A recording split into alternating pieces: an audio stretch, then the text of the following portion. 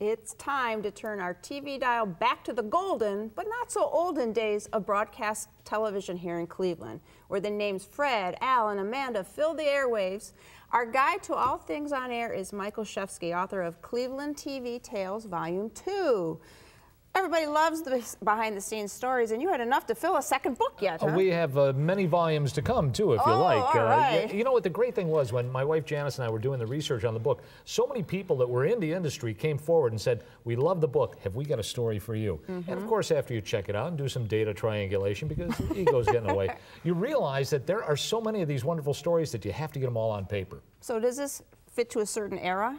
Yeah, you know what? We wanted to get the original days of TV, starting from the 40s on in the volume 1, and we did the 40s, 50s, 60s, into the 70s. This one goes 70s, 80s, 90s, even into today. Okay, so we dropped a couple names in the introduction, so let's talk about some of those. First one is Fred, which has got to be the beloved Fred Griffith. Beloved is the best word to put it. You know, Fred Griffith is the Iron Man of Cleveland television. When he was in radio for quite a few years, too, at WIXY Radio. Went over to that show on the other station, did quite well. He was never named the official host. Really? They just assumed that, well, I guess he's staying here for good. And he was there for many years afterwards. So Fred is just a wonderful guy, too. He's like every man. He's like every Cleveland person. And that's why that came across on the screen.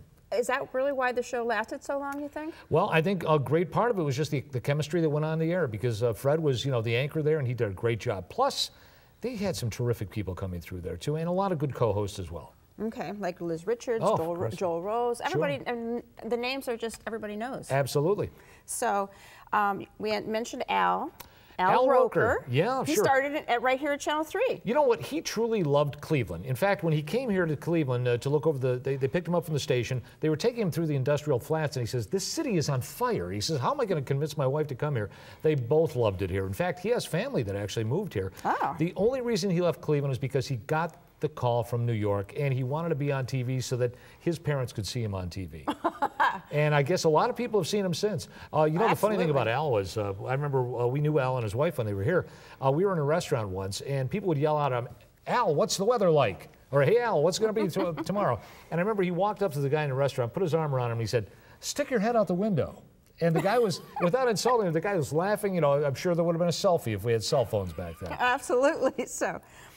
And TV used to be male-dominated a lot. But here in Cleveland, we had Amanda. Yeah, we sure did have Amanda. Now, of course, we had Dorothy Fulltime was the very first person on TV here, but the very first female anchor. Now, Dorothy Fulltime was actually an opinion, sort of an op-ed person there. Amanda Arnold was the very first female co-anchor with Doug Adair right here on WKYC. And she was well received. She had a little fall right at the beginning of her she was on tenure here, huh? She was on here for about a month, and she was living on Shaker Square. Slipped in her bathroom, broke her nose badly, had to have a cast on her face, had the teeth go into her lip. She was in terrible shape. Her eyes were all green, and we had to wait a little bit more. So we had a little hint of Amanda Arnold for about a month, and then we had to wait a few months for her to come back. Oh man! But people were around her, around Al Roker, around Fred Griffith. Cleveland is a different kind of place. Well, you know, it's funny because we really do embrace the people that we love on television. And, you know, that's the great thing about Gray & Company is that they are promoting that popular culture and saying, look, these are more than just people on the screen. They are a part of our families. Because if you meet somebody from Cleveland, outside of Cleveland, what do you talk about? Well, they don't know your family, but they do know TV. Absolutely.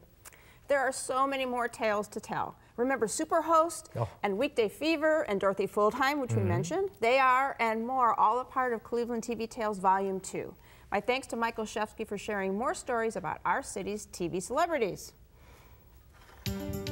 To order Cleveland TV Tales Volume 2, call Gray & Company Publishers at 216-431-2665 or click to www.grayco.com.